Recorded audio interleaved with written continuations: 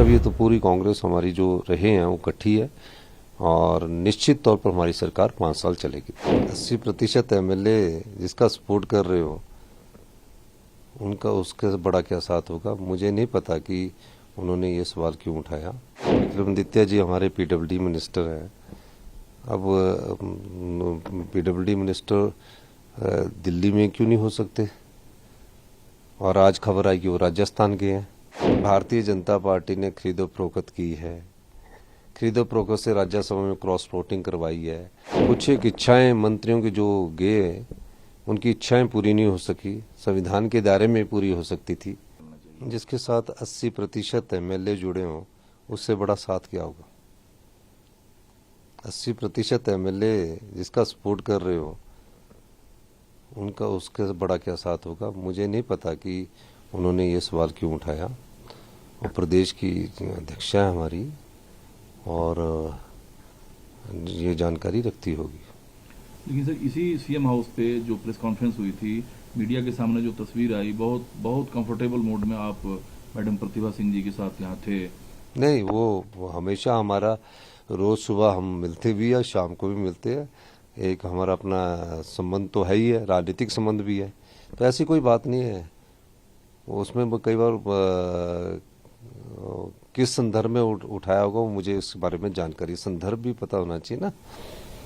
दूसरा, आपने कल खुद कहा कि कल 2 बार आपकी बात हुई विक्रमादित्य सिंह से और सारी चीजें बहुत इजी वे में है, सरकार 5 साल पूरा करेगी और आप 5 साल मुख्यमंत्री रहेंगे।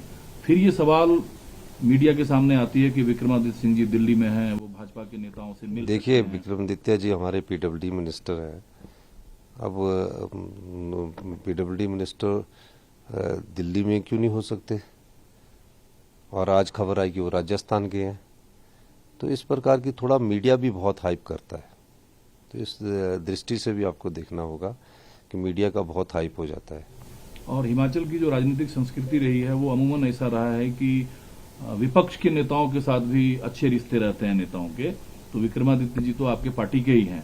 सवाल इसलिए उठता है कि वो दिल्ली हैं और उसमें ये जोड़ा जाता है कि वो भाजपा के नेताओं से मिल सकते हैं। देखिए, इस बारे में तो मैं कुछ नहीं कह सकता, लेकिन मैं ये कह सकता हूँ कि वो हमारे पीडब्ल्यूडी मिनिस्टर है और मुझे उन्होंने कहा कि मैं राजस्थान जा रहा हूँ, मेरा कोई अपना व्यक्तिगत काम है। बस इतनी सी बात मैं आपको कहना चाहूँगा। दूसरा, ये बीजेपी का एक आरोप है कि सीएम साहब जो हैं वो कांग्रेस के कुछ एमएलए को प्रोटोकॉल से बाहर सुरक्षा दे रहे हैं। भाजपा को आपत्ति है आपके इस फैसले से, क्या इसमें सच्चाई है? देखिए, भारतीय जनता पार्टी ने खरीदो फरोख्त की है, खरीदो फरोख्त से राज्यसभा में क्रॉस वोटिंग करवाई है। उन एमएलए को ये भी बोला जिस एमएलए के साथ हम संपर्क में हैं कि इससे आप पार्टी से निष्कासित नहीं होंगे। तो अभी उनके साथ हमारी बातचीत चल रही है। जो लोग इस प्रकार की बातें करते हैं, और ये तो विपक्ष के काम आरोप लगाना है और आरोप वो लगाते रहेंगे। लेकिन मार्जिन बड़ा है सर, भाजपा और कांग्रेस के जीत का जो मार्जिन है वो बड़ा है। तो कैसे ये संभव है जब जयराम जी ये कहते हैं कि आप रात को जब सोएंगे सुबह उठेंगे तो पता नहीं चलेगा सरकार है या नहीं है? इस बात का तो जवाब वही दे सकते हैं। धन्यवाद। आधार है उनके पास कोई? इस बात का जवाब तो वही दे सकते हैं, हमारे पास तो पूरी मेजोरिटी है।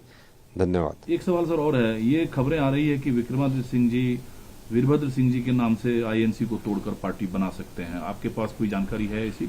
नहीं, मुझे पास ऐसी कोई जानकारी नहीं है। ऐसी कोई जानकारी नहीं है। आप कोई फ्लोर सेशन शॉर्ट में कोई सेशन ला सकते हैं फिर? नहीं, अभी कोई ऐसी बात नहीं है। Thank you. ऐसी कोई आपकी मंशा नहीं है? और ये जो कहा गया सर कि